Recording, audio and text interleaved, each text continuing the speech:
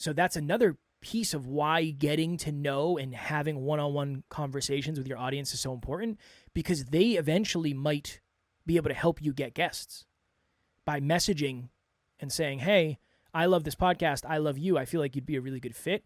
It's different when somebody else reaches out on your behalf. Podcast Growth Nation, welcome back to another episode of Podcast Growth University, where we talk all things podcasting all the time. Today, for episode number 123, a simple trick to get more aligned guests. I hope you enjoyed last week's episode number 122. Are you making this social media mistake? All right, so this is something that I had completely forgotten about until I was on with a client the other day. Shout out to Philip. And we were strategizing around how to get higher level guests, how to get more aligned guests, how to figure out who the audience wants to hear more of. And I said, this is something I used to do that I haven't done in a long time because we don't have guests anymore, that I think would be really valuable to share with the audience. So one, this is going to require you to have things in place where people can self-identify, because you got to know who your audience is to do this trick. So that's one. And this is why I'm so big on self-identification. You probably get sick of hearing me say the word. I already wrote in the book that you're going to hear me say self-identify often, so please don't hate me for it. But that is the name of the game. You have to get your audience to self-identify if you want to add more value into their lives. Okay. When you do get someone to self-identify, next step is usually find them on social media and then follow them on all platforms. One of the reasons is they're most likely going to follow you back if they're not already following you. But the other thing is you can quite literally get a peek into an ideal listener avatar's life. What do they post? Where do they travel? That helps you get the psychographic and demographic of your audience down. Once you do that, this is what I would do. Probably works best on, I would say probably Instagram and TikTok probably works best. This is what you do. You go and you click on a profile of somebody that you know listens to the show based on them self-identifying, and you look at all of the people that they're following, and you figure out how many of the people that they're following would be a good fit for your podcast. Now, again, are they going to be following people that you can't get? Yes, probably.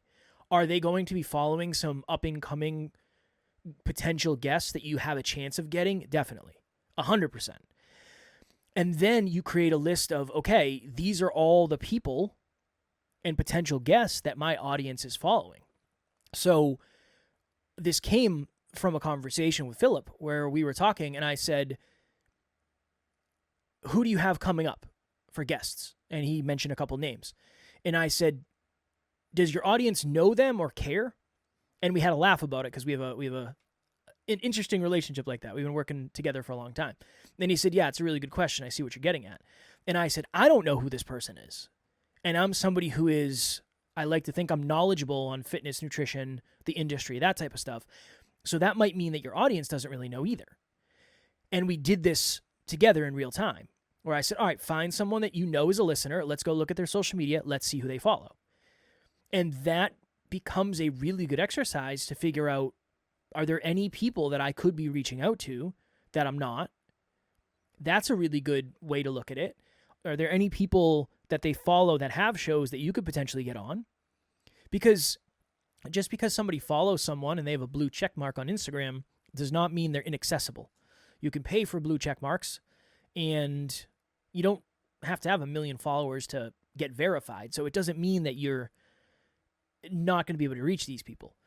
If nothing comes of it, in terms of getting a guest on, you'll have a deeper awareness of who the audience listens to.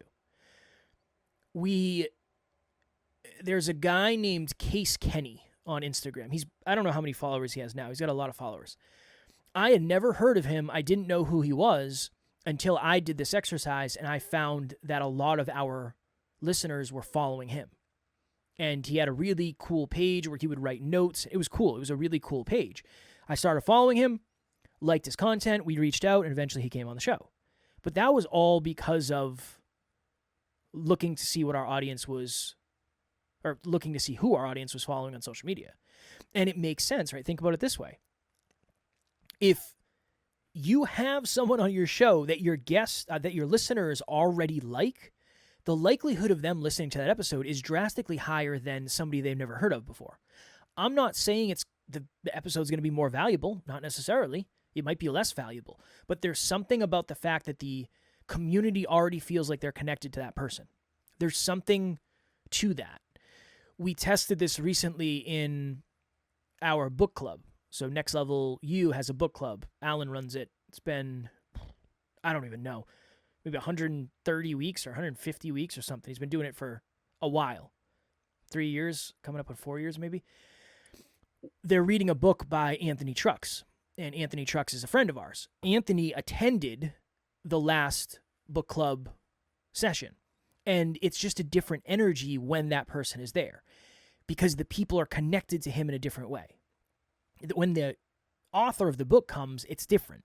It's a different energy, especially if those attendees of book club were already following Anthony Trucks. So that's the little trick to get more aligned guests is you literally just go find out who your listeners are following. And then that's how you create a list. Now, does that mean you're going to have all of them on? No. Does that mean all of them are going to say yes? Absolutely not. But it creates more clarity. And the better you are with clarity around who your audience resonates with, the more successful you're most likely going to be. You can put those names on a list, and then you can save them for later. If you have 10 people that have self-identified and you followed them on social media, you can make a pretty large list of people. And you could really be off to the races with that. And that's how we did a lot of our guests. A lot of our guests were people that our audience followed that we didn't know. We didn't know who they were. Obviously, we didn't just have them on because the audience liked them. We had to make sure there was value to be had and we resonated with the message. But some of our highest hitting episodes were based on people that our audience resonated with before we talked to them. And there's something to that. There's something to that. So today is actually going to be a short episode. I'm not going to stretch this out into 20 minutes. I'm going to try not to. We're almost done here. I just want to make sure I'm not missing anything on this. I don't think I am. I would also venture to guess that you're more willing to get shares from your audience if you're having people on that they know, like, and trust already. What's going on, guys? My name is Austin, and I've been working with Kevin for a few months now. If there's one thing that I find super valuable is his expertise on how to position the podcast to the right audience and fit the content into the overall business plan. And frankly, when we work together, he challenges me a lot. There were some tough conversations that he initiated with me so that I can really grow in the business. Besides the coaching part, the editing team does amazing work with editing and show notes and staying on top of all communications. Overall, my experience working with Kevin has really been top-notch. I'm willing to bet that you'll get more shares because if the listener likes the person that you're having on and they like you, there's something to that. So I think they're more likely to spread the message because it's two people that they like as opposed to one. So that's another thing. It might increase the likelihood of getting shares, which increases exposure, and in theory, increases exposure to a similar audience because most likely your listeners are following people that they aspire to be or that motivate them, inspire them, whatever it is. Most likely the people that are following them are people that are similar to them. So that's a way to potentially get access and or exposure to a new audience. That's something we noticed too in the past. Now, we don't have guests on anymore, so it's different, and I'm not really doing that habit as much as I used to. I'm putting that time into other places.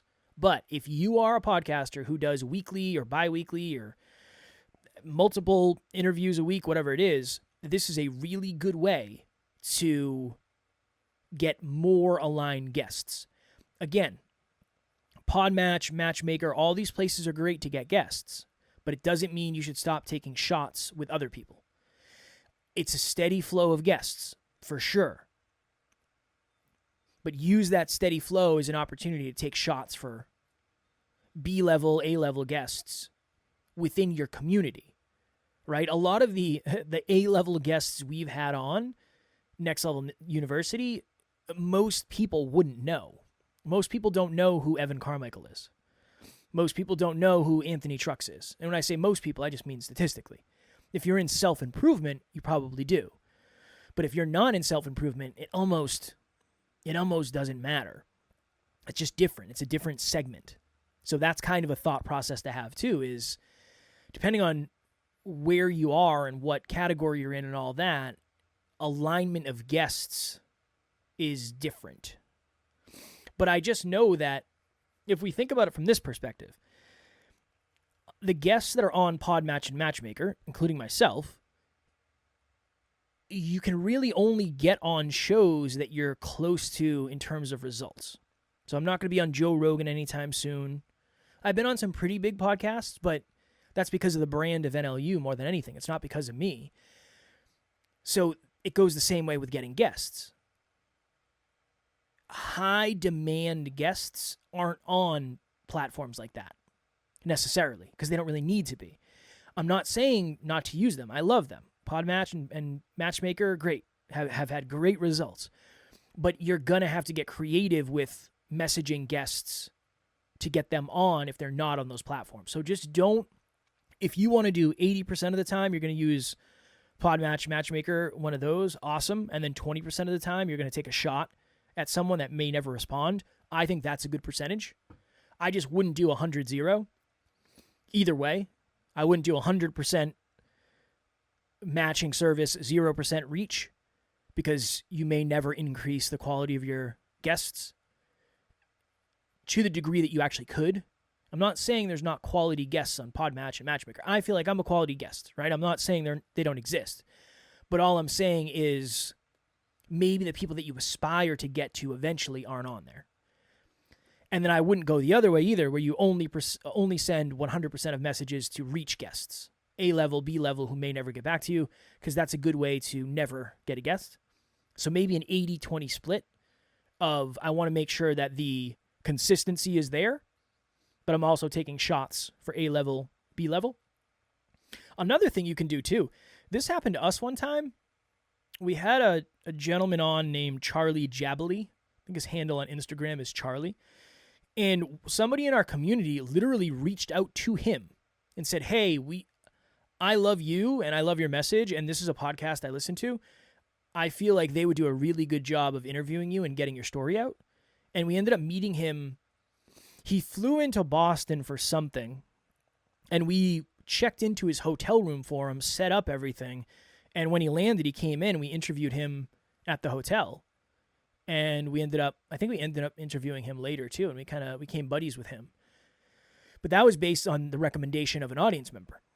So that's another piece of why getting to know and having one-on-one conversations with your audience is so important, because they eventually might be able to help you get guests by messaging and saying, hey, I love this podcast. I love you. I feel like you'd be a really good fit. It's different when somebody else reaches out on your behalf as opposed to you reaching out.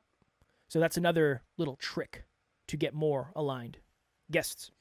All right, 2 things. 1, Podcast Growth Nation is up and running. So we now have a private Facebook group that's all about podcasting, for podcasters, by podcasters. I'm going to try to do a live video every week. We have posts going every day. There's great engagement. The community is awesome. I invited 55 people, I think. I handpicked 55 people who I knew would be valuable to the community. And when I say valuable, I don't mean they are the most knowledgeable on everything. They have the best shows ever of all time. They're making millions of dollars from their podcast.